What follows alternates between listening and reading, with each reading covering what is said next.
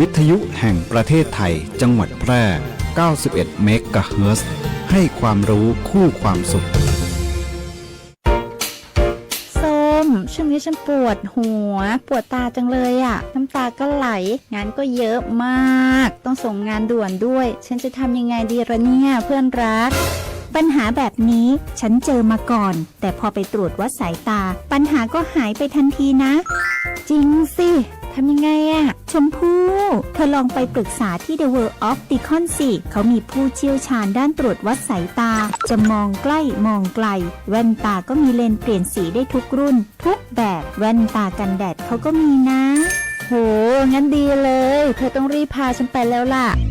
The World of Opticon รับปรึกษาปัญหาด้านสายตาตรวจวัดสายตาด้วยระบบคอมพิวเตอร์ที่ทันสมัยจำหน่ายแว่นตานาฬิกาทุกชนิดและคอนแทคเลนส์ทุกรุ่นหรือจะซ่อมก็มีช่างผู้ชำนาญงานละเอียดทุกขั้นตอนไปได้เลยที่ The World of Opticon ถนนภูเก็ตมุมแยกกาดน้ำทองที่จอดรถสะดวกสบายโทร 0546279972การยางแห่งประเทศไทยจังหวัดแพร่ขอเชิญชวนเกษตรกรมาปลูกยางพันธุ์ดีเพิ่มผลผลิตเป็นพันธุ์แนะนำจากสถาบันวิจัยยาง RRIT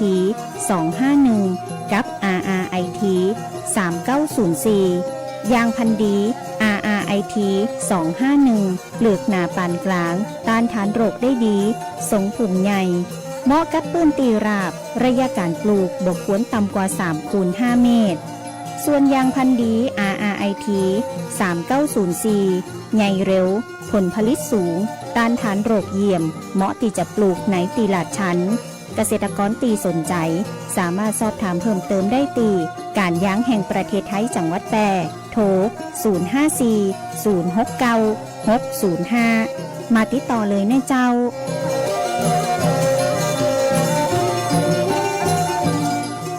โอกาสก้าวสู่เส้นทางศิลปินกลับมาอีกครั้งพร้อมปรากฏการณ์ครั้งใหม่ที่รวมการประกวดร้องเพลงไทยอมตะร่วมสมัยทั้งเพลงลูกทุ่งและลูกกรุงไว้ในเวทีเดียวกันกับโครงการเยาวชนสืบสานเพลงรักไทยโดยสำนักงานทรัพย์สินพระมหากษัตริย์ซีซั่น 2เปิดรับสมัครตั้งแต่วันนี้ถึง 15 มิถุนายน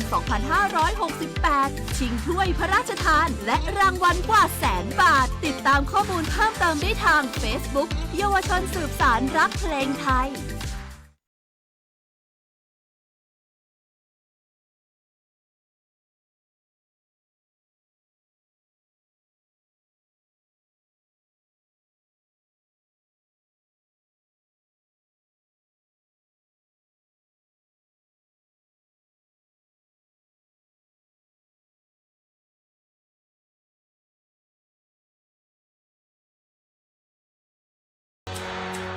ฮู้กะเจ้าว่าตึงข่าวตึงหลายที่เขาส่งกันในมือถือมีตึงข่าวดีข่าวร้ายข่าวเร่งด่วนแต่ก็บ่ใจกูข่าวติจะเป็นข่าวแต้หนา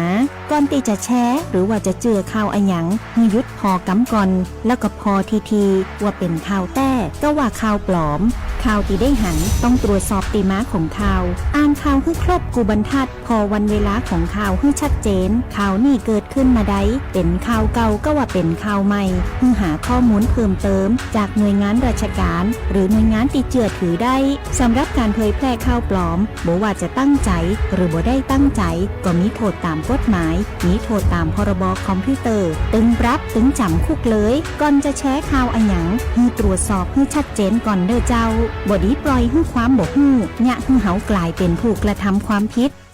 คิดก่อนแชร์ตรวจสอบก่อนเจือป้องกันตัวเฮาและสังคมจากข่าวปลอมด้วยความปรารถนาดีจากสำนักประชาสัมพันธ์เขต 3 กรมประชาสัมพันธ์คุณกำลังฟังวิทยุแห่งประเทศไทยจังหวัดแพร่ FM 91 เมกะเฮิรตซ์แต่ละคนก็มีหน้าที่ที่จะปฏิบัติงานของตนที่เรียกว่าอาชีพของตนถ้าทำดีก็เป็นสิ่งที่น่าชมและน่าปลาบปลื้มใจเป็นประโยชน์แก่ตัวเองและถ้ากิจการที่ทำมีความเจริญในทางที่ดีที่ชอบก็ทำให้ส่วนรวมของชาติบ้านเมืองมีความก้าวหน้าด้วยดี พระบรมราโชวาทพระบาทสมเด็จพระปรมินทรมหาภูมิพลอดุลยเดชรัชกาลที่ 9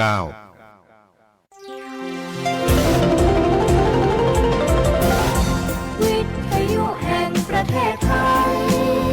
ให้ความรู้คู่ความสุข ที่นี่สถานีวิทยุกระจายเสียงแห่งประเทศไทยจังหวัดแพร่ส่งกระจายเสียงด้วยระบบ FM สเตอริโอมัลติเพล็กซ์ความถี่91เมกะเฮิรตซ์จากนี้ไปติดตามรับฟังรายการวิทยุคนเมืองแพร่ไปจนถึงเวลา 11 นาฬิกาค่ะสถานีวิทยุกระจายเสียงแห่งประเทศไทยจังหวัดแพร่ร่วมกับชมรมวิทยุคนเมืองแพร่ขอเสนอรายการวิทยุคนเมืองแพร่หลากหลายสาระความรู้สุขภาพคลังสมองภูมิปัญญาวัฒนธรรมท้องถิ่นสารพันอาชีพเด็กเยาวชนและสังคมหมอกฎหมายทนายชาวบ้านติดตามรับฟังได้ที่นี่ทุกวันจันทร์ถึงศุกร์ 10:10 นถึง 11:00 นทางสถานีวิทยุกระจายเสียงแห่งประเทศไทยจังหวัดแพร่ FM 91เมกะเฮิรตซ์วิทยุคนเมืองแพร่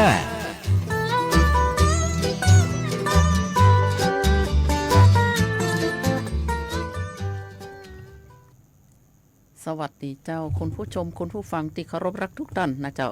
ที่รับชมรับฟังรายการวิทยุคนเมืองแปรรายการวิทยุคนเมืองแปรของเฮานี่ก็ออกอากาศตั้งแต่วันจันทร์ถึงวันศุกร์นะเจ้าเนาะเฮาก็สลับสับเปลี่ยนกันมาเจี๊ยนะเจ้าเนาะทุกวันนะเจ้าทางสถานีวิทยุกระจายเสียงแห่งประเทศไทยจังหวัดแปรเวลา 10 โมงกว่าจนถึง 11 โมงก็มีสารพันความรู้เกี่ยวกับสุขภาพนะสาระความรู้เกี่ยวกับสุขภาพเนี่ยก็เป็นวันจันทร์นะเจ้าเนาะเจ้าก็มาจัดทุกวันจันทร์ศิลปะวัฒนธรรมสารพันอาชีพเด็กเยาวชนหมอกฎหมายทนายเจ้าบ้านเฮาสลับซับเปลี่ยนกันมาเจ๊ะนะสำหรับของเจ้านี่เฮาก็จะมาพบปะกันเจ๊ะเนาะทุกวันจันทร์นะวันนี้ก็ตรงกับวันจันทร์ที่2เดือนมิถุนายน2568วันนี้ก็มีหลายเรื่องนะเจ้าที่จะเอามามาเล่าให้กับทุกท่านได้รับฟังกันเรื่องแรกก็จะเล่าให้ฟังก็คือเรื่องพินัยกรรมชีวิตพินัยกรรมชีวิตคืออะไรอย่างนะเจ้าสักกรรมเดียวเขาจะมาเล่าให้กับทุกท่านได้รับฟังกันเกี่ยวกับสมาธิบำบัด SKT คืออะไรอย่างนะเจ้าเนาะในใจเย็นๆเนาะเดี๋ยวช่วงต่อไปเจ้าจะมาเล่าให้ฟังเนอะว่ามันมีอันหยังพ่องนะเจ้าเนาะคืออันหยังพ่องนะเจ้าแล้วก็จะมาถึงเรื่อง10สัญญาณเตือนอันตรายนะเจ้าที่เข้าข่ายไวท้องนะเจ้าเนาะแต่ละท่านแต่ละคนเนี่ย10สัญญาณเตือนเข้าข่ายไวท้องเนี่ยถ้าหากว่าท่านตั้งใจฟังลองฟังพอว่าเนี่ยท่านมีข้อใดข้อหนึ่งเนี่ยท่านจะลองนึกตามตัวไปนะนี่เขาถ้าจะเข้าคายไวท้องละนะแล้วก็ช่วงต่อไปนะเจ้าเนาะเดี๋ยวจะมาเล่าให้ฟังว่าต่อมทอมซินอักเสบคืออะไรอย่างเป็นเพราะอะไรอย่างถึงเป็นต่อมทอมซินอักเสบนะเจ้าแล้วก็เขาก็จะมาถึงเรื่องอันตรายจากเห็ดพิษเห็นน้อยหนึ่งนะเจ้าเนาะแล้วก็ช่วงนี้นะเจ้าเนาะเป็นช่วงที่ฝนตกลงมาเจี๊ยกะท่านก็ต้องระมัดระวังนะสัตว์พิษเนาะสัตว์พิษนี่มีหลายชนิดที่เข้ามาอยู่ในบ้านตัวเฮาช่วงฝนตกเพราะว่าเขาก็หนีน้ำฝนมาเหมือนกันและตีไล่ไปกว่านั้นก็คือยุงนะเจ้าเนาะตัวน้อยเดียวนะสามารถฆ่าเขาได้ตัวนะเจ้าเนาะเดี๋ยวเขามีวิธีการป้องกันมันจะได้เดี๋ยวเจ้าจะมาเล่าให้ฟังพร้อมกับสมุนไพรตีจ่วยเขาห้องว่าตีจ่วยกำจัดหนอนน้ำของยุงลายเนี่ยจะมาเล่าให้ฟังตัวนะเจ้าเนาะก่อนที่เขาจะไปฟังอย่างอื่นนะเจ้าเนาะเจ้าก็จะถามก่อนเนาะว่าทุกคนเป็นจะได้กันพ่อง วันนี้ก็เป็นวันหยุดชดเชยเหมือนกันหลายท่านหลายคนก็อาจจะได้หยุดชดเชยอยู่บ้านแต่บางท่านบางคนก็ต้องไปทำงานตามปกตินะเจ้าเนาะถ้าหากว่าท่านต้องการจะเล่าเกี่ยวกับสมุนไพรดีๆอย่างหรือว่าเกี่ยวกับสุขภาพนะเจ้าท่านโทรมาได้เลยนะเจ้าเนาะที่เบอร์โทร0545235516ท่านโทรตรงมาเลยนะเจ้าเนาะเจ้าก็จะได้ไปหับสายแล้วก็ จะอู้กับท่านโดยตรงเลยนะเจ้าเนาะหรือว่าท่านจะติจะชมก็โทรมาได้เลยนะเจ้าเนาะเขาก็มาอู้ถึงเรื่องเกี่ยวกับแหล่งเพาะพันธุ์ยุงลายเนี่ยเขาเนี่ยจะได้นะเจ้าเนาะเขาก็ต้องป้องกันนะเจ้าเนาะป้องกันด้วยมาตรการ5 ป 1 ขอนะเจ้าเนาะโดยทางอสมเนี่ยเปิ่นบอกว่าอสมเนี่ยก็ต้องช่วยกันรณรงค์ป้องกันกำจัดลูกน้ำยุงลายแต่อสมเนี่ยเฉพาะแห่งอสมมันเพียงพอก็เจ้าบอกเพียงพอนะเจ้าเนาะเขาก็ต้องปึ่งป้าอาศัยบารมีของป่อแม่ป้าอุ้ยแม่อุ้ยในบ้านเขาเนี่ยคือว่าในสิ่งเขาห้องว่าสิ่งแวดล้อมในบ้านเขาเนี่ยเขาย่อมหู้ดีกว่าอสมย่อมหู้ดีกว่าคนอื่นที่เขาจะเข้ามาหาเฮามาลุ้นนะเจ้าที่เขาจะมาแนะนำให้เฮาหู้มาลุ้นนะเจ้าอสมนี่มีหน้าที่แจ้งข่าวร้ายกระจายข่าวดีชี้บริการประสานงานสาธารณสุขนะเนี่ยคืออสมเข้าไปรณรงค์เกี่ยวกับลูกน้ำยุงลายท่านกับบดีลำคาญเขานะเจ้าเนาะเพราะเขาปฏิบัติตามหน้าที่ที่กระทรวงสาธารณสุขฮือเขามานะเจ้าเนาะเฮามาฟังพอว่าหาวิธีป้องกันหรือกำจัดลูกน้ำยุงลายเนี่ยมีอะไรอย่างพ่องนะเจ้าเนาะมีอยู่5 ป 1 ขอนะเจ้าเนาะปที่1ก็คือปิดภาชนะให้สนิทเหียปที่2ก็คือเปลี่ยนน้ำมันน้อยปที่3ก็คือปล่อยปราบกินลูกน้ำนะเจ้าเนาะปที่4รู้นะเจ้าเนาะปรับปรุงสภาพแวดล้อมนะเจ้าปรับปรุงสภาพแวดล้อมบ้านเฮาเนี่ยถ้าหญ้ามันหกท่านก็ตัดเหียตัดถ้าหากว่าท่านตัดไปป๊บท่านไปปะภาชนะตีสมควรที่จะทำลายหรือว่าเอาไปขายบ่ได้เนี่ยท่านก็นำใส่ถุงแล้วเอาไปให้ทางเจ้าหน้าที่เทศบาลหรือว่าอบต.ของท่านเนี่ยไปกำจัดทิ้งถ้าหากว่าเป็นเศษเล็กหรือว่าเป็นขวดแก้วขวดพลาสติกที่มันหงายขึ้นทับน้ำเนี่ยสามารถขายได้เนี่ยท่านเก็บไว้นะเจ้าเนาะแยกไว้นะเจ้าแยกเป็นประเภทไว้นะเจ้าแล้วท่านก็สามารถเอาไปขายเป็นรายได้เสริมให้กับครอบครัวของท่านนะเจ้าเนาะปที่5เราปฏิบัติอยู่เป็นประจำนะเจ้าเนาะเขาเนี่ยวนไปวนมาเจ้ายุงบ่สามารถที่จะไปวางไข่ได้นะเจ้าเนาะถ้าว่าตรงไหนนะเจ้าพื้นที่ไหนที่มีการเกิดระบาดของโรคไข้เลือดออกรับรองปีหน้าก็คือจะเป็นจุดนั้นแหมนะเจ้าเนาะจุดนั้นก็ต้องระมัดระวังแหมแล้วไข้เลือดออกเนี่ยอาจจะรุนแรงขึ้นกว่าเดิมนะเจ้าเนาะเพราะฉะนั้นช่วยกันกำจัดแหล่งเพาะพันธุ์ยุงลายเหีย1 ขอคืออย่างเวลาเปลี่ยนน้ำท่านคัดถูคัดล่างข้างองค์ข้างไหเพื่อบ่ให้มีตะไคร่น้ำนะถ้าคัดถูเรียบร้อยแล้วท่านเอาน้ำเติมให้เต็มแล้วท่านก็เอาทรายอะเบดนะเจ้าใส่เพื่อให้สารเคมีของทรายอะเบดเนี่ยมันเคลือบผิวน้ำนะเจ้าเนาะเคลือบผิวน้ำเพื่อป้องกันบ่ให้ยุงลายไปลงไปวางไข่ได้แฮมนะเจ้าเนาะยุงลายเนี่ยตัวเดียวเนี่ยน้อยเดียวเนี่ยนำโรคมาให้เฮาเนี่ยหลายโรคนะเจ้าเนาะอย่างเช่นชิคุนกุนยาไวรัสซิกาไข้เลือดออกนะเจ้าเนาะอันตรายทั้งนั้นนะเจ้าเนาะอันตรายทั้งนั้นนะท่านก็ช่วยกันนะเจ้าเนาะแล้วสมุนไพรเนี่ยที่เจ้าจะบอกเนี่ยคืออย่างคาเนาะคาที่ห้องใส่แกงนี่นะกับปุ่นแดงนะคาเอาแก่ๆเนอะท่านก็เอามาบดนะบดให้ละเอียดแล้วท่านก็เอาปุ่นแดงเนี่ยผสมกันเนาะผสมกันปุ๊บเนี่ยท่านเอาปั้นเป็นก้อนเท่าใดก็ได้นะเจ้าเนาะเป็นก้อนตะลุกมะนาวนี่ก็ได้ท่านเอาไปตากแดดนะตากแดดแล้วปุ๊บเนี่ยถ้าหากว่าท่านมีองค์มีตุ่มไม่ไหเนี่ยท่านก็เอาปุ่นแดงกับคาที่เขาผสมกันตากแห้งเนี่ยเอาไปแจ่นะถามว่ามันจ่วยอย่างเจ้าปุ่นแดงเนี่ยมันมีด่างมันจะเคลือบผิวน้ำบ่ให้ยุงไปวางไข่ได้นะเจ้าเนาะแล้วถ้าปุ่นแดงกับคาเนี่ยมาผสมกันเนี่ยมันก็มีเกิดปฏิกิริยาเนี่ยคือไข่ยุงฟอเนี่ยนะเจ้าเนาะอันนี้คือสมุนไพรในครัวเรือนเฮาใกล้บ้านของเฮานี่เองนะเจ้าเนาะเจ้าสำหรับช่วงนี้นะเจ้าเนาะเป็นช่วงที่ว่าฝนตกนะฝนตกแล้วก็แดดนะเจ้าเนาะฝนตกแล้วก็แดดก็จะเนี่ยจะได้เจ้าก็คือว่าฝนตกแล้วแดดฝนตกแล้วแดดเนี่ยก็เนี่ยคือบางพื้นที่บางส่วนของในบ้านของเขาเนี่ยมีตะไคร่น้ำแล้วจะทำให้ท่าน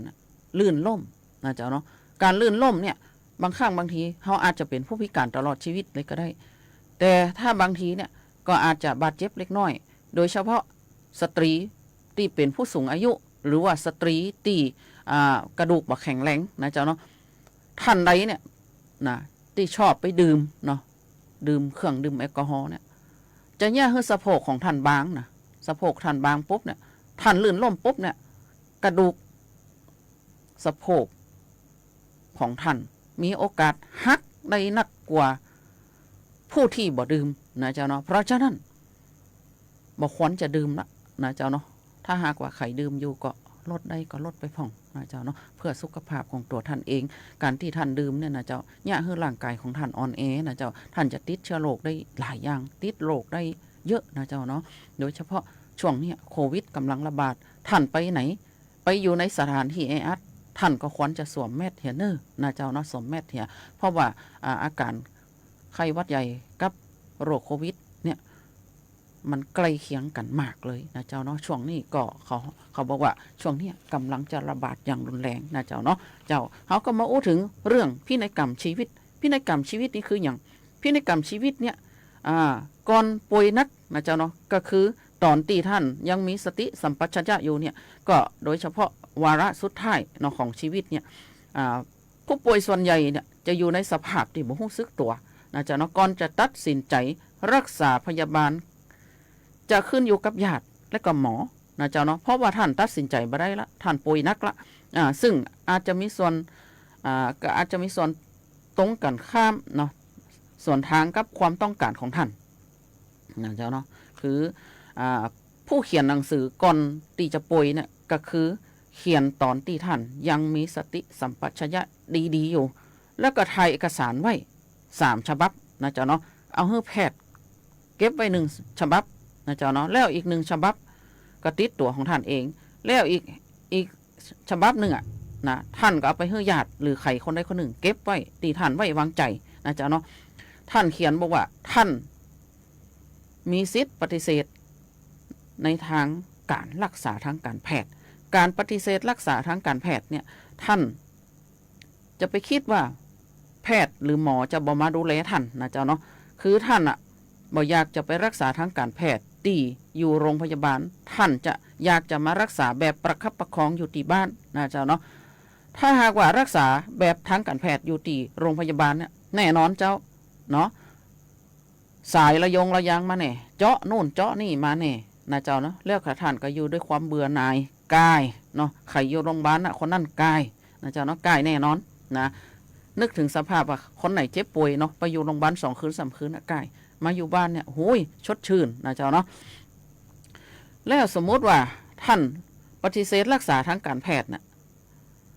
จะมีแพทย์มาดูแลหรือไม่นะเจ้านะดูแลนะเจ้านี่เป็นการดูแลแบบประคับประคองนะรักษาอย่างสมมุติว่าท่านมาอยู่บ้านแล้วปุ๊บเนี่ยแพทย์เขาก็จะส่งตัวท่านกลับมาอยู่บ้านแล้วท่านประสงค์ว่าท่านจะบ่เจาะนะท่านจะอยู่แบบสภาพดีๆงามๆเนี่ยบ่อยากจะให้มีบาดแผลตรงไหนท่านมาอยู่ที่บ้านแล้วแพทย์ก็จะส่งพยาบาลนะจะส่งพยาบาลมาดูแลท่านถึงบ้านแล้วก็จะส่งเจ้าหน้าที่รพสตรวมถึงอสมมาดูแลท่านถึงที่บ้านแล้วหากว่าท่านต้องการนะจะเนาะอย่างเช่นผู้ป่วยโรคไตเนาะมะเร็งระยะสุดท้ายเนี่ยทางการแพทย์เนี่ยถ้าหากว่าท่านเจ็บปวดทรมานแพทย์ก็แจ้งไปที่อสมก็จะแจ้งไปหาเจ้าหน้าที่รพสตในพื้นที่ที่ท่านอยู่แล้วเจ้าหน้าที่รพสตก็จะมีหน้าที่ไปแจ้งให้กับโรงพยาบาลแพทย์หมอที่โรงพยาบาลก็จะเอายาแก้ปวดมาฉีดให้กับท่านถึงที่บ้านนะเจ้าเนาะเนี่ยเปิ้นบอกว่าเป็นการรักษาทางจิตใจและวิญญาณนะเจ้าเนาะบางท่านบางคนเนี่ยอยากจะมาอยู่บ้านอยากจะมาสวดมนต์อยากจะมาทำบุญอยากจะมาอย่างก็เขาห้องว่าจัดงานวันเกิดนะเจ้าเนาะอยากจะมาอยู่แบบธรรมชาตินะเจ้าเนาะแต่ละท่านแต่ละคนเนี่ยบ่ต้องการให้หมอเจาะคอนะเจ้าเนาะแต่ถ้าหากว่าท่านบ่เขียนพินัยกรรมไว้นะญาติท่านก็ไปรักษาแบบนั้นเพราะอะไรอย่างเพราะว่าถ้าบอกไปรักษาที่โรงพยาบาลเนี่ยกลัวเจ้าบ้านว่าเฮ้ นี่นะเจ้าเนาะกว่าเจ้าบ้านว่าเฮ้อบ้านใกล้เรือนเคียงเปิ้นจะว่าเฮ้อว่าเนี่ยดูแลพ่อแม่บ่ดีดูแลญาติพี่น้องบ่ดีดูแลคนป่วยบ่ดีทำไมถึงเอาเปิ้นไปโรงพยาบาลเอาเปิ้นไว้อย่างที่บ้านนี่นะเจ้าเนาะแต่ถ้าหากผู้ป่วยเขียนพินัยกรรมขึ้นมาแล้วปุ๊บเนี่ยเขาห้องว่าพินัยกรรมชีวิตขึ้นมาเนี่ยนะเจ้าเนาะท่านสามารถอยู่ที่บ้านได้แล้วมันมีกฎหมายคุ้มครองท่านอยู่นะเจ้าเนาะคุ้มครองท่านอยู่เพราะฉะนั้นถ้าหากว่าไขนะเจ้าเนาะไขบ่ทำตามนะเจ้าเนาะความต้องการขั้งสุดท้ายชีวิตของผู้ป่วยเนี่ยเขาห้องว่า Living Will เนาะหนังสือแสดงความเจตนารมณ์พรบสุขภาพแห่งชาติพ.ศ. 2550 มาตรา 12 พินัยกรรมชีวิตถ้าหากว่าไข่บ่ทำตามเนี่ยคนนั่นผิดกฎหมายนะเจ้าเนาะเด็กอายุ18 ปีขึ้นไปสามารถเขียนได้แล้วนะเจ้าถ้าหากว่าท่านเป็นผู้ป่วยอยู่เนี่ยท่านบ่อยากต้องการไปรักษาแบบทางการแพทย์เนี่ยทางการแพทย์เนี่ยเจาะใส่สายระยงระยังเนี่ยซึ่งมันตุกมันทรมานนะเจ้าเนาะทรมานมากนะถ้าหากว่าเป็นเด็กเยาวชนเนาะก็สามารถทำได้เช่นเดียวกันนะเพราะว่าจะต้องให้ผู้ปกครองหรือผู้ดูแลเซ็นรับรองตยนะเจ้าเนาะหรือว่าญาติที่ท่านนับถือเซ็นรับรองตยนะเจ้าเนาะเพราะฉะนั้นการรักษาแบบประคับประคองอยู่ที่บ้านมันมีความสุขนะเจ้าเนาะใครจะไปคิดว่าอยู่โรงพยาบาลเนี่ยเชื้อโรคมันรุนแรงนะเจ้าเนาะเต่าหัวเข็มมดก็มีเป็นล้านๆตัวปุ้นแต่ถ้าหากว่าท่านมาอยู่บ้าน1อากาศก็ดีความอบอุ่นจากญาติพี่น้องนะเจ้าเนาะเปื่อนบ้านเปลี่ยนหมุนเวียนกันไปแอวหาไปเยี่ยมเยียนนะเจ้าเนาะเพราะฉะนั้นท่านต้องการรักษาแบบประคับประคองเจ้าหน้าที่เขาก็มาดูแลท่านเช่นเดิมนะเจ้าในมาตรา12ตามพรบสุขภาพแห่งชาตินั่นเองนะเจ้าเนาะเนี่ยท่านจะไปคิดว่าเอ้ยมาอยู่บ้านเนี่ยเจ้าบ้านเขาจะเล่าว่าบ่ได้นะเจ้าเนาะเดี๋ยวนี้เขามีกฎหมายคุ้มครองแล้วนะประชาชนที่บ่ได้ศึกษาเรื่องนี้มาเนี่ยว่าเขาบ่ได้นะเจ้าเนาะมันจะผิดกฎหมายโดยนะเจ้าเนาะเขาก็มาถึงสมาธิบำบัดแบบ SKT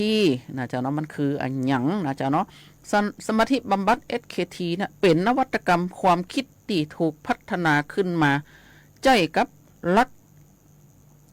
ปรัชญาเศรษฐกิจพอเพียงของในหลวงนะเจ้าของในหลวงรัชกาลที่9ผสมผสานร่วมกับหลักทางศาสนาและนำองค์ความรู้เหล่านี้ไปศึกษาโดยหลักการและวิธีการทางวิทยาศาสตร์การแพทย์เพื่อนำมาบำบัดผู้ป่วยรวมถึงการดูแลสุขภาพโดยรองศาสตราจารย์ดร.สมพรกันทรดุษฎีเตรียมใส่สีนี่เองมันมีหลายท่านะเจ้าเนาะเจ้าก็เคยไปอบรมนะเจ้าเนาะท่าแรกเนี่ยเจ้าก็จำได้อยู่นะมันมีเจ้าก็จำได้อยู่6ท่าแต่ละท่าเนี่ยมันก็ยากเนาะท่าแรกเนี่ยคือแยกจะได้เจ้าท่านนั่งเก้าอี้เหมือนเจ้านั่งเนี่ยนะแล้วก็ท่านก็รับตาลงเนาะแล้วองค์มือท่านหงายแล้วก็เอาวางบนเข่าของท่านเนาะเอาวางบนเข่าของท่านหายใจเข้าลึกๆนะก้อยๆหายใจนะหายใจเข้าตั้งจมูกนะเจ้าเนาะหายใจเข้าตั้งจมูกแล้วค่อยปล่อยนะปล่อยลมหายใจออกทางปากอันนี้คือเป็นการฟอกอากาศให้สมองฟอกอากาศให้เลือดแล้วทำให้สมองของท่านดีนะเจ้าเนาะอันนี้มีหลายท่านหลายคนเอาไปทดลองใจเป็นตีเรียบร้อยแล้วนะเจ้าเนาะท่านทำสมาธิ SKT เนี่ยมันจะมีเหงื่อออกนะเจ้าเนาะเหงื่อเนี่ยจะท่วมตัวหมดเลยนะเหงื่อท่วมตัวออกมาเต็มตัวเขาเนี่ยเขาห้องว่ามันเป็นเหงื่อแห่งการขับสารพิษนะเจ้าเนาะบ่ใช่เหงื่อที่เขาแยกกันนะเหงื่อที่เขาแยกกันนะมันจะเหม็นส้มเหม็นบูดนะอันนี้เหงื่อตัวนี้จะบ่เหม็นนะเจ้าเนาะแล้วผู้ป่วยเนี่ยตีใกล้เสียชีวิตเนี่ยเขาก็สามารถที่จะทำได้จะได้นะเจ้าเนาะโอ้มันเป็นท่าสุดท้ายพุ่นเนาะเจ้าก็เอามาอู้บ่ได้เนาะมันต้องมีท่าประกอบเนาะมีท่าประกอบนะแล้วถ้าเขา เจอกันตัวต่อตัวเนี่ยเจ้าก็สามารถอธิบายให้กับทุกท่านได้รับทราบได้ว่าถ้าเขาจะต้องเนี่ยจะได้นะเจ้าเนาะคือมันเป็นการถ่ายทอดความรักความอบอุ่นทางฝ่ามือนี่เองนะเจ้าเนาะเจ้ากำเดียวเขาจะไปอู้ถึงว่า10สัญญาณเตือนของไวท้องเนี่ยอาจจะเข้าข่ายไวท้องเนี่ยมันคืออย่างนะเจ้าไปเบรกกำเนาะไปเบรกกำก่อนเนอะ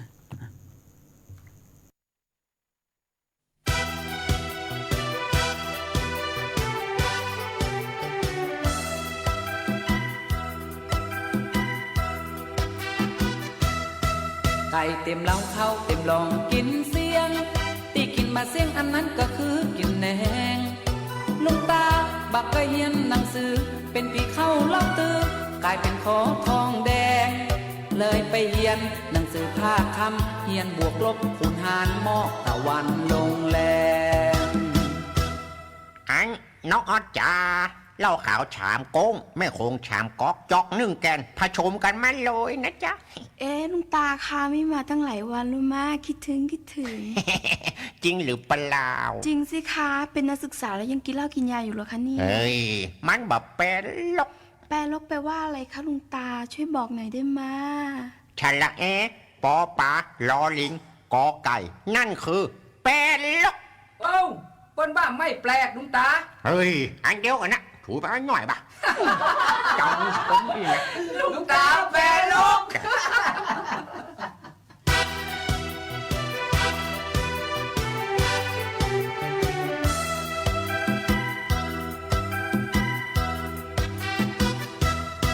มันมีภัยที่จะแก้เกินเฮียนฝึกอ่านฝึกเขียนไปตึงมือตึงวันเฮียนไปเป็นรายวิชาถ้าภัยมีปัญหาถามครูบาอาจารย์ชั่วโมงนี้จะเฮียนภูมิศาสตร์ชั่วโมงหน้าเฮียนวาดแล้วบวกลบคูณหาร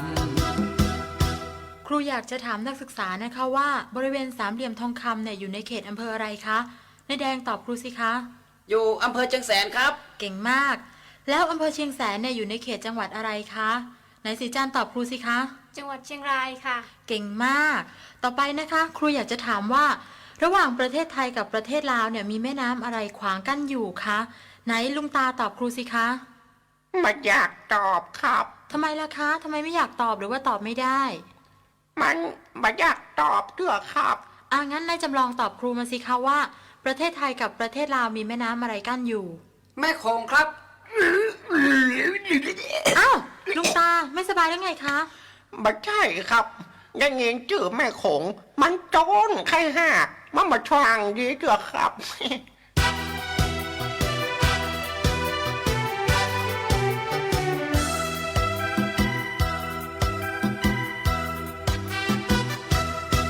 รากฐานตึกก็คือก้อนอิฐรากฐานชีวิตนั้นคือการศึกษาหมู่เฮานักเรียนภาคค่ำจะไปเอาตัวอย่างเหมือนกับลุงตาคนเข้าห้องเรียนชอบกินเหล้าเมามาก่อนตีชั่วโมงนี้จะหมดเวลาครูบอกคือลุงตาออกมาท่องสูตรคูณก่อนจะหมดเวลาในชั่วโมงสุดท้ายนี้นะคะครูจะให้เด็กชายลุงตาออกมาท่องสุดคูณให้พวกเราฟังกันลุงตายืนขึ้นสิคะแล้วก็เลือกท่องแม่สุดคูณแม่ที่ง่ายที่สุดนะคะครับ515210 5 4ได้นี่ทิปมันนะกันเนาะ55 เป็นอะไรไปคะลุงตาขอชมมะขามหน่อยครับท่องใหม่เร็วๆเข้าค่ะจะหมดเวลาละ5 แม่นนะกันเนาะ5 6 3 10 5 7ได้เป็นอะไรไปคะไม่สบายหรือเปล่าไม่อยากตอบแล้วครับงั้นนายจำลองตอบแทนสิคะว่า5 คูณ 7ได้เท่าไหร่คะ35ครับเป็นอะไรไปคะลุงตาคือว่ากินแม่คงผสม35โอ้ยน้องเจ้าค่ะมันเมาบะช่างเจ้าครับครู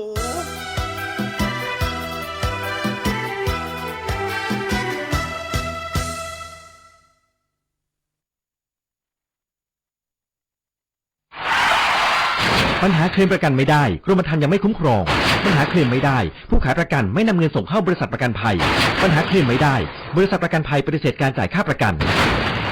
ถ้าไม่อยากให้เกิดปัญหาเหล่านี้ต้องเลือกซื้อประกันภัยกับตัวแทนในหน้าประกันภัยที่มีใบอนุญาตหรือในหน้าประกันภัยที่ได้รับมอบอำนาจจากบริษัทประกันภัยเท่านั้นเลือกความปลอดภัยมั่นใจในกรมธรรม์สำนักงานคณะกรรมการกำกับและส่งเสริมการประกอบธุรกิจประกันภัยสอบถามรายละเอียดเพิ่มเติมได้ที่สายด่วนประกันภัย1186และสำนักงานคปภ.จังหวัดทุกแห่ง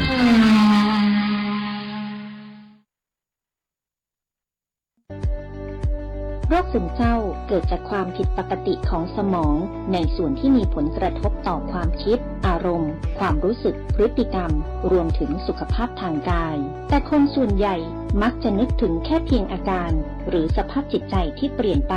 จึงคิดว่าโรคซึมเศร้าเกิดจากความผิดหวังได้รับการกระทบกระเทือนทางจิตใจ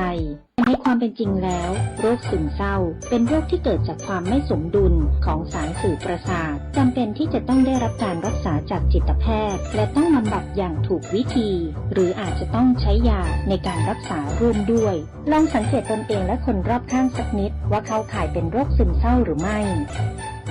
ด้วยความปรารถนาดีจากสำนักงานประชาสัมพันธ์ที่ 3 กรมประชาสัมพันธ์ตาขวางเดินโซเซห่างตกลิ้นห้อยน้ำลายย่อยแม่นเลยเจ้าสัตว์เลี้ยงของท่านกำลังเป็นโรคพิษสุนัขบ้าเพื่อบ่ให้มีการสูญเสียชีวิตจากโรคพิษสุนัขบ้าเฮากูขนต้องเป็นส่วนหนึ่งในการเฝ้าระวังป้องกันควบคุมและบูรณาการร่วมกันกำจัดโรคพิษสุนัขบ้าให้หมดไปจากประเทศไทยและบ่ได้ลืมว่าสัตว์เลี้ยงลูกด้วยนมกูชนิดเป็นโรคพิษสุนัขบ้าเฮาต้องเฝ้าระวังสัตว์ปลอดโรคขนปลอดภัยจากโรคพิษสุนัขบ้าหลายคนรอคุณอยู่ที่บ้านลูกเมียรอคุณอยู่ที่บ้านพ่อแม่รอคุณอยู่ที่บ้านคนที่รักรอคุณอยู่ที่บ้านและอีกหลายครอบครัวกำลังรอคนที่รักจะกลับบ้านใช้รถใช้ถนนด้วยความไม่ประมาทเพื่อทุกคนจะได้กลับไปหาคนที่รักอย่างปลอดภัยขับรถมีน้ำใจรักษาวินัยจราจรด้วยความปรารถนาดีจากสถานีวิทยุกระจายเสียงแห่งประเทศไทยจังหวัดแพร่กรมประชาสัมพันธ์ FM 91 เมกะเฮิรตซ์วิทยุแห่งประเทศไทยจังหวัดแพร่ FM 91 เมกะเฮิรตซ์ให้ความรู้คู่ความสุขเจ้าเข้ามาสู่ช่วงที่2ของรายการแล้วเนาะสปอร์ตเปิ่นอูว่าขับรถปลอดภัยนะเจ้าเนาะเพราะว่ามีคนตั้งหลังห่วงอยู่ใจแล้วเจ้าก็คือว่าถ้าหากว่าท่านไปกินไปดื่มที่ไหนเนี่ยท่านกินสนุกสนานม่วนแต่ท่านรู้ไหมว่าคนที่รอคอยท่านอยู่ที่บ้านที่จองเนี่ยมันทรมานจิตใจนะเจ้าเนาะเพราะฉะนั้นท่านจะไปกินที่ไหนก็บ่เป็นหยังแต่ท่านต้องนึกถึงคนตั้งหลังว่ามีคนตั้งหลังน่ะรอคอยท่านอยู่นะเจ้าเนาะบางทีเนี่ยถ้ายังเป็นสามีภรรยาเนี่ยสามีไปกินท่านมีความสุขอะสนุกสนานกะแต่ท่านรู้หรือไม่ว่าภรรยาของท่านนะรอท่านอยู่ที่บ้านด้วยความห่วงใยโดยตีบ่ใครรับบ่ใครนอนถ้าเป็นผู้สูงอายุก็รอลูกหลานนะมาได้จะกลับนี่นะเจ้าเนาะเพราะฉะนั้นการตีว่าท่านจะขี่รถปลอดภัยเนี่ยท่านต้องมีสตินะเจ้าเนาะต้องมีสติเฮามาอู้ถึง10สัญญาณเตือนไว้ท้องนะเจ้าเนาะ10สัญญาณเตือนเนี่ยอาจจะเข้าข่ายนะอาจจะนะเมื่ออายุมากขึ้นเนี่ยการสังเคราะห์ฮอร์โมนเนี่ยในร่างกายก็จะน้อยลงนะแล้วก็เริ่มก้าวเข้าสู่วัยทองซึ่งเป็นภาวะที่เกิดขึ้นได้ในไม่หญิงนักกว่าผู้ชายนะเจ้าเนาะไม่หญิงก็เป็นผู้ชายก็เป็นแต่ผู้ชายจะเป็นจ้ากว่านะแต่ไม่หญิงอ่ะเป็นเริ่มเป็นตั้งแต่สุมาตรของห้องอ่ะหมดประจำเดือนเนาะโดยผู้หญิงวัยทองเนี่ยเหมือนที่เจ้าอูเนี่ยเมื่อหมดประจำเดือนแล้วปุ๊บเนี่ยก็จะทำให้ฮอร์โมนในร่างกายของท่านเนี่ยบอกสมดุลแล้วนะมามีปัญหาสุขภาพตามมานะเจ้าเนาะทั้งร่างกายแล้วก็จิตใจนะท่านจะหันได้ว่าเกิดเป็นผู้หญิงอ่ะมันทุกข์มันทรมานนะเมื่อบ่มีประจำเดือนนะจิตใจมันก็เปลี่ยนไปสุขภาพใจเปลี่ยนสุขภาพกายก็เปลี่ยนจะงุดงิดง่าย ด่าเก่งนะเจ้าเนาะทหารชี้ก็บดีไปถือเขากันละกันนะเจ้าเนาะวันนี้เขาก็จะมาอู้ถึงว่า10สัญญาณเตือนที่อาจจะเข้าข่ายไวท้องเนี่ยมีอย่างพ่องนะเจ้าเนาะ1งุดงิดนะอารมณ์แปรปรวนงุดงิดง่ายมากกว่าเดิมนะมีอารมณ์ขึ้นลงเนาะอารมณ์เบี่ยงนะนอนบ่หลับพ่องนะเจ้าเนาะนอนบ่หลับนะสัญญาณอันที่2เนี่ยนอนบ่หลับยากนะตื่นกลางคืนบ่อยซึ่งการนอนบ่ค่อยสนิทบ่สัมพันธ์กับภาวะไวทองเลยนะเจ้าเนาะการนอนบ่หลับนี่นะมันจะไปเกี่ยวข้องกันเลยนะเจ้าเนาะแล้วก็เขาบอกว่า3วิตกกังวลนะวิตกกังวลเนี่ยเป็นแพนิคไปเลยนะเป็นแพนิคไปเลยอาจจะวิตกกังวลมากกว่าปกตินะมีความกลัวและก็ตื่นตระหนกมากขึ้นจากที่ว่าตะกอนเนี่ยไปไหนไปคนเดียวได้นะกลางค่ำกลางคืนอยู่ได้นะพอเป็นไวทองปุ๊บนะมืดน้อยก็บ่ได้แล้วนะเจ้าเนาะวิตกกังวลอยู่คนเดียวบ่เคยได้แล้วนะกลัวมาฮู้กลัวอย่างนะเจ้าเนาะเจ้าก็เคยสัมภาษณ์ผู้สูงอายุเหมือนกันนะว่าสมัยตะกอนเนี่ยมืดก็อยู่ได้พออายุนักเข้าช่วงที่ว่าสมาธิมดประจำเดือนปุ๊บเนี่ยเกิดความปวดอยู่คนเดียวบ่ได้นะก็แปลกอยู่นะแล้วก็4ซึมเศร้านะเป็นอาการอย่างหนึ่งของไวท้องเหมือนกันนะถ้าใครได้ยินตีเจ้าโอมานี่นะเจ้าเนาะท่านคิดทบทวนตัวนะว่าเนี่ยมีกี่ข้อนะจะเข้าข่ายไวท้องนะ5หลงลืมนะสมองทำงานแย่ลงนะเจ้าเนาะเวลาเป็นไวท้องนะจะมีความสัมพันธ์กับการเกิดโรคอัลไซเมอร์นะเจ้าเนาะถ้ายังมีฮอร์โมนอยู่เนี่ยประจำเดือนปกติเนี่ยโอกาสจะเกิดอัลไซเมอร์ได้นะเจ้าเนาะ6ผมร่วงริ้วรอยเส้นผมบางลงเส้นเล็กลงผิวหนังแห้งความชุ่มชื่นน้อยความยืดหยุ่นของผิวหนังบ่ค่อยดีจะมีรอยแตกนะเจ้าเนาะรอยแตกของผิวหนังแล้วก็จะคันท่านจะสังเกตได้เลยนะเจ้าเนาะความคันของแต่ละคนเนี่ยมันบ่เหมือนกันนะเจ้าเนาะบางคนที่เป็นโรคเบาหวานหรือโรคไตเนี่ยต่อมไตผิวหนังบ่ทำงานนะเจ้าเขาจะคันนะคันมากเลยนะเจ้าเนาะ7ฮอร์โมนเปลี่ยนแปลง8เสื่อมสมรรถภาพนะ9กันปัสสาวะบ่อยู่10กระดูกบางกระดูกพรุนทำให้กระดูกหักง่ายอาการบ่งบอกคือปวดหลังปวดกะเข่าปวดกล้ามเนื้อ่อนแรงนะเจ้าเนาะแล้วการตีกระดูกหักง่ายในผู้สูงอายุก็น่ากลัวมากนะเจ้าเนาะก็คือกระดูกช่วงสะโพกเนี่ยหักง่ายมากเลยเหมือนเจ้าโอตะกี้นะก็คือว่าคนที่ดื่มเนี่ยมีโอกาสกระดูกหักนักกว่าคนตีบ่ดื่มนะเจ้าเนาะถ้าใครดื่มได้ยินอยู่ก็บริโคตรดิเกียดกันเนอลดน้อยลงไปผ่องเนาะ แล้วก็ถ้าหากท่านกระดูกหักล่ะท่านเสี่ยงอะไรยังนะเสี่ยงเป็นโรคอัมพาตอัมพฤกษ์อัมพาตตลอดชีวิตก็มีนะเจ้าเนาะบางคนก็เป็นชั่วข้างชั่วคราวหายนะเจ้าเนาะกระดูกหักแล้วปุ๊บเนี่ยท่านเนี่ยจะได้เนาะถ้าหากว่ามีคนดูแลท่านเนี่ยถ้าสมมติว่าทางไส้ของท่านใจการมาได้เวลาญาติที่เขาดูแลเนี่ยเขาจะมีจิตวิทยาในการดูแลไส้บดีเขาก็จะไปวางข้างไส้ท่านบดีโคตรนะเพราะอันอย่างเขาจะพยายามให้ท่านเอามือข้างไส้เนี่ยยื้อนะจับโน่นจับนี่เพื่อเป็นการบริหารร่างกายของท่านนี่เองนะเจ้าเนาะเขาจะหู้ว่าเนี่ยพอจะเคลื่อนไหวได้แล้วนะไม่ใช่ว่าฮักโยฮันเอาไปวางมาใจนะเจ้านี่เขาจะมีวิธีการก็คือว่าถ้าคนดูแลน่ะเขาหู้แล้วว่าช่วงเนี้ยจะต้องบริหารเขาละเจ็บอยู่กระจังมันเถอะเขาก็จะไปวางข้างที่ท่านเจ็บนะนะเจ้าเนาะไปวางข้างนั้นเพื่อให้ท่านได้ขยับเขยื้อนร่างกายเขาบอกว่า6 เดือนแรกเนี่ยก็คือเป็น6 เดือนโอกาสท้องที่ท่านจะขยับเขยื้อนหรือบริหารร่างกายของท่านให้กลับสู่ปกติให้ได้นะเจ้าเนาะเพราะฉะนั้นถ้าไขนะจุนหาการค้นเกิงนะทั้งผู้ป่วยและผู้ดูแลนะบอดี้โคดบอดี้เกียรติใส่กันนะเจ้าเนาะบอดี้ใจอารมณ์ใส่กันก็คือปั่นกันค้นเกิงเนาะคนป่วยเนี่ยอาจจะ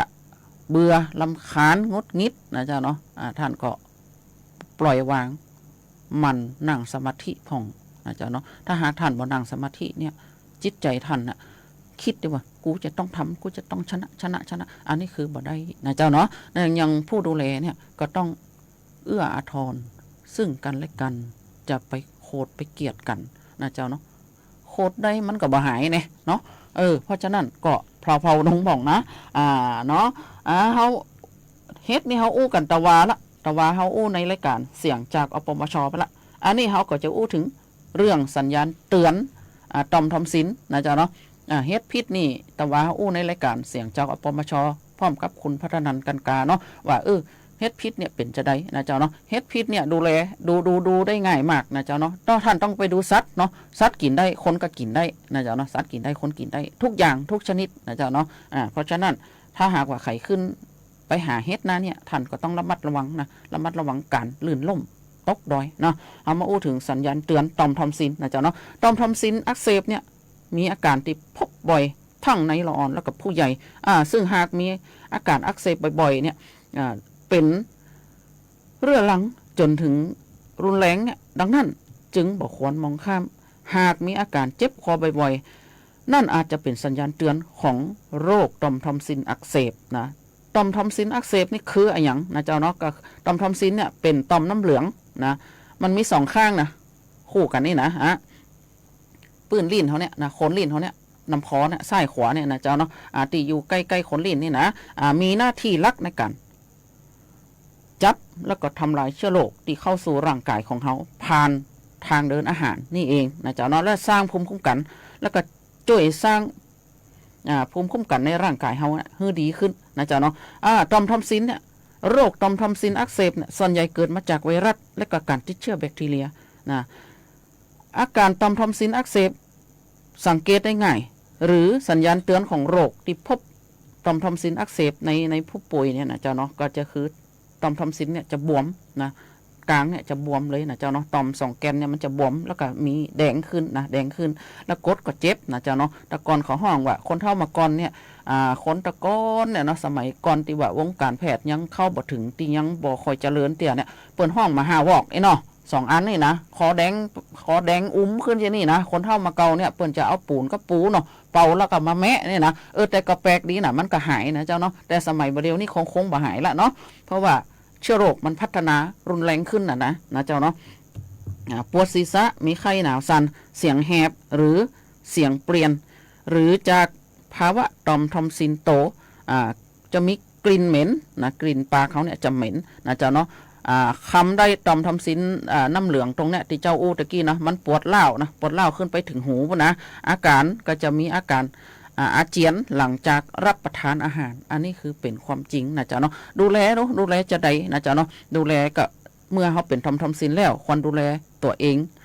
รักษาสุขภาพให้แข็งแรงดื่มน้ำสะอาดหรือน้ำอุ่นรับประทานอาหารที่มีประโยชน์พยายามอย่าไปอยู่ใกล้กับผู้ป่วยที่เป็นหวัดเป็นไอเขาจะติดได้ง่ายนะอย่าไปใจร่วมกับผู้อื่นงดเครื่องดื่มแอลกอฮอล์งดสูบบุหรี่และสัมผัสฝุ่นนะเจ้าเนาะเดี๋ยวเจ้าจะมาเล่าให้ฟังว่ามันเป็นจะไดนะเจ้าเนาะคือต่อมทอมซินเนี่ยใครเป็นต่อมทอมซินนะเจ้าเนาะเปิดให้ยาสมมติเปิดให้ยามา5 วันเนี่ยท่านกินไป4 วันนะหยุดไว้วันหนึ่งนะอย่าไปทำนะอันนี้คือของห้องว่ายาปฏิชีวนะตัวเนี้ยเนาะของห้องว่าต้องกินให้หมดนะถ้าบางอันเนี่ยถ้าท่านกินบ่หมดเนี่ยมันเปลี่ยนจะได้ท่านหายก็ถ้าเปิด5 วันเนี่ยวันที่3มันเริ่มหายแล้วนะวันที่4ก็เหมือนอย่างก็ว่าหายสนิทจริงๆแล้วมันยังหายบ่สนิทเพราะหมอเปิ่นจัดยามา5 วันเปิ่นฮู้แล้วว่า5 วันเนี่ยต้องหายถ้าท่านกินบ่ครบท่านจะเกิดภาวะเชื้อดื้อยานะเจ้าเนาะเมื่อท่านกินยุดไว้ชุดหนึ่งเนี่ยเนาะชุดหนึ่งเนี่ยแหม2 วันรับรองท่านกลับมาเป็นใหม่แล้วปุ๊บเนี่ยจะได้ท่านจะเอาตัวอย่างยาเก่าเนี่ยไปซื้อมาจากเภสัชก็บ่ได้แล้วนะท่านต้องกลับไปหาหมอคนเดิมแล้วท่านต้องเอายาชุดเดิมเนี่ยไปให้หมอพอนะเจ้าเนาะว่าท่านกินยาเนี่ยท่านยุดไว้นะเจ้าเนาะบางทีเชื้อโรคตัวนี้อาจจะรุนแรงขึ้นกว่าเดิมหรือบางอันก็จะอ่อนมากกว่าเดิมเนี่ยเขาถึงบอกว่าถ้าหากท่านยุดยาไว้แล้วปุ๊บเนี่ยท่านบ่ควรจะเอายาตัวเดิมเนี่ยไปซื้อเองนะเจ้าเนาะมันจะเกิดภาวะเชื้อดื้อยานะถ้าท่านเกิดภาวะเชื้อดื้อยาเนี่ยรับรองได้เลยนะเจ้าก็คือตอนเจ้าไปอบรมอยู่ที่ศูนย์วิทยาศาสตร์การแพทย์เชียงใหม่นะเจ้าเนาะอันนี้ทางคุณหมอเนี่ยเปิ่นเล่าให้ฟังเลยนะ ว่ายารักษาเจื้อหรือยาเนี่ยเข็มหนึ่งเป็นแสนนะแล้วท่านต้องรักษาระยะยาวนะเป็นเดือนนะวันละแสนนะท่านคิดว่า2 วัน2 แสนเดือนหนึ่งมี30 วันท่านจะต้องมีค่าใช้จ่ายต่อใดนะจ๊ะเนาะเพราะฉะนั้นเมื่อเปิ้นเอายามาให้กินท่านต้องกินให้ครบนอกจากท่านแพทย์สั่งท่านว่ายาทุกชนิดเนี่ยกินให้หมดยกเว้นยาแก้ปวดหายปวดแล้วห้ามกินอันนี้คือแน่นอนนะจ๊ะเนาะคือเป็นคำสั่งของแพทย์ท่านต้องปฏิบัติตามคำสั่งของแพทย์อย่างเคร่งครัดนะเจ้าเนาะเจ้าเอากะช่วงนี้นะเจ้าเนาะก็ขออนุญาตทักทายแฟนรายการทั้ง8 อำเภอและก็รอบๆจังหวัด8ของเฮาที่เครื่องเสียงส่งถึงรวมถึงทางหน้า Facebook ท่านอยู่ที่ไหนมีเน็ตท่านดูได้เพราะว่ารายการของเฮาเป็นรายการที่จัดวิทยุและก็รวมถึงเพจ Facebook นะเจ้าเฟซบุ๊กถ้าเวลาจันเจ้าจะมาอู้ถึงเรื่องดนตรีบำบัดให้กับท่านได้รับฟังมันเป็นจะไดนะเจ้าเนาะก่อนอื่นเจ้าก็ต้องขออนุญาตทักทายแฟนรายการทางหน้า Facebook ก่อนนะเจ้าเนาะสวัสดีเจ้าคุณปวีนานะเจ้าเนาะคุณปวีนานะเจ้าเนาะอันนี้ก็แสดงความยินดีด้วยเปิ่นด้วยนะแต่ว่าเปิ่นถูกหวยเนาะเปิ่นถูกหวยสวัสดีเจ้าคุณสมจิตนะสวัสดีเจ้าคุณป้าอัมพันธ์บ้านนาหลวงนะเจ้าเนาะสวัสดีเจ้าคุณปี้สุรีรัตน์นะขอบคุณมากนะเจ้าที่ท่านส่งรูปการ์ตูนมางามนะคุณสวัสดีเจ้าคุณยายไมตรีสนันเมืองนะเจ้าเนาะเปิ่นก็หายไปเมื่อนะเจ้าเนาะโอ้ยอันนี้คุณยายนี่เป็นคุณยายที่เจ้านับเคารพนับถือคนหนึ่งนะเจ้าเนาะสวัสดีเจ้าคุณอุดรฤทธิชัยนะเจ้าเนาะแล้วก็สวัสดีเจ้าคุณการคุณการนี่เปิ่นฟังจากที่โรงพยาบาลปุ่นนะเจียงแสนปุ่นนะขอบคุณจัดนักจัดหลายสวัสดีเจ้าคุณพัฒนันกันกาหรือแม่ตุ้ยนะเจ้าเนาะสวัสดีเจ้าคุณพัฒนาโพธิมูลขอบคุณมากดอกกุหลาบงามๆนะเจ้าเนาะก็ขอบคุณทุกเสียงทุกสายและทุกท่านที่ให้กำลังใจเฮามาถ้าหากว่ารายการของเฮาบ่มีแฟนรายการมาฟังเนี่ยนะเจ้าเนาะมันก็งอมก็เงานะเจ้าเนาะก็ขอบพระคุณทุกท่านทุกคนที่สนับสนุนรายการวิทยุคนเมืองแปดของเฮาก็ขอฝากไว้ในอ้อมอกอ้อมใจตัวเองนะเจ้าเนาะอันนี้คือเจ้าก็จะมาอู้ถึงเรื่องดนตรีบำบัดก่อนจะอู้ถึงเรื่องดนตรีบำบัดก็ขอบพระคุณพอสวัสดิ์และเจ้าหน้าที่ที่เป็นคุมเสียงให้ตัวเองนะเจ้าเนาะเจ้าดนตรีเปรียบเสมือนอาหารสมองนะเจ้าที่ส่งเสริมพัฒนาสมองการเรียนรู้นะเจ้าในการจินตนาการและความคิดสร้างสรรค์ของทุกท่านทุกคนนะเจ้าเนาะเฉพาะกิจกรรมดนตรีเนี่ยเป็นกิจกรรมที่ทำให้สมองทั้งสองสี่ของเขานะทุกคนเนี่ยเกิดการทำงานอย่างสมดุลนะเจ้าเนาะก็คือช่วยพัฒนาการสมองตั้งซีกซ้ายและก็ซีกขวานะเจ้าเนาะทำงานไปพร้อมๆกันขณะที่เขานั่งฟังเพลงหรือดนตรีนะคนเขาจะรู้สึกสบายนะเจ้าเนาะเขาฟังเพลงอยู่เนี่ยมันม่วนนะมันเคลิ้มไปเลยนะเจ้าเนาะบางคนเนี่ยนะจะจินตนาการไปด้วยกับเสียงเพลงนะเจ้าเนาะมารู้สึกว่าผ่อนคลายนะประโยชน์ของดนตรีบำบัดเนี่ยมันสร้างเสริมพลังความสุขให้กับชีวิตดนตรีคือการเติมความสุขให้กับชีวิตนี่เองเนวานามีย่อนนะจ๊ะเนาะเปิ้นให้ความสำคัญกับศิลปะที่ทุกคนเห็นพ้องต้องกันว่าการทุกคนชอบฟังดนตรีแต่ละคนชอบคนละแนวกันแต่ก็บ่เป็นหยังก็ช่วยให้เฮามีความสุขเพลงโปรดกระตุ้นสัมผัสแบบบวกๆให้กับหมู่เฮานะโดยเฉพาะผู้สูงอายุนะผู้สูงอายุเนี่ยได้ยินเพลงสมัยตีท่านได้ยินสมัยเป็นหนุ่มๆนะเขาจะจินตนาการด้วยนะอย่างสมัยแต่ก่อนเนี่ยเจ้าขึ้นหอกระจายข่าวเนาะจะอันนี้เจ้าอู้ถึงคนในชุมชนเจ้านะเจ้าเปิดเพลงเนี่ยของคุณทูลท้องใจเนาะเจ้าจะเปิดโปรดเถิดดวงใจโปรดได้ฟังเพลงนี้ก่อนนี่นะกำเดียวมาละคนหนึ่งโทรมาละเหมือนตู้เจ้าวัดหลองเย็นเนาะเปิดจีนึกถึงตู้เจ้าสมัยก่อนแน่นะเปิดก็จีแหมคนหนึ่งหูยเนาะนึกถึงอีแม่เป็นสาวนะ คุณลุงเปิ่นมาจีบนะเพลงเนี่ยร้องใส่อีป้าเนี่ยใส่อีแม่เนี่ยเฮานี่เฮาก็มีความสุขนะเจ้าเนาะคือการฟังเพลงเนี่ยเขาจะจินตนาการโดยไปนะเจ้าเนาะเพราะฉะนั้นเสียงเพลงคือดนตรีบำบัดอาหารสมองนะเจ้าเนาะเพราะฉะนั้นผู้ป่วยทุกท่านทุกคนถ้าหากว่าท่านฟังเพลงแล้วจินตนาการโดยไปเนี่ยมันจะบ่เครียดแล้วก็บ่เบื่อน่าจะอยากให้ท่านมีความสุขนะเจ้าเนาะมีความสุขนะท่านก็บ่ต้องเครียดนะเจ้าเนาะแมลงหมาท่านก็หาทางนั่งสวดมนต์ภาวนาให้จิตใจของท่านปลอดโปร่งเปิ้นบอกว่าอย่างลักวิชาการของทางการแพทย์เนี่ยเปิ้นบอกว่าคนเฮาทุกคนเนี่ยต้องมีลักจิตวิทยาดูแลตัวเองเปิ้นว่า3 อ 2 สเนี่ยสำคัญมากที่1คืออาหารอาหารเราต้องกินปลาเป็นลักกินผักเป็นยานะเจ้าเนาะที่2ก็คืออย่างการออกกำลังกายของเฮานี่เองที่3อย่างคืออารมณ์นะอารมณ์ของเฮาเนี่ยเฮาอย่าไปเครียดนะต้องตั้งสติตั้งเขาห้องว่าจะได้การเฮาควบคุมอารมณ์เนี่ยด้วยการนั่งฟังเพลงก็ได้สวดมนต์ภาวนาก็ได้นะเฮามาถึงช่วงท้ายรายการของเฮาแล้วนะเจ้าก็จะได้นำรายการวิทยุคนเมืองแปรจากลาท่านไปก่อนแล้ววันจันทร์หน้า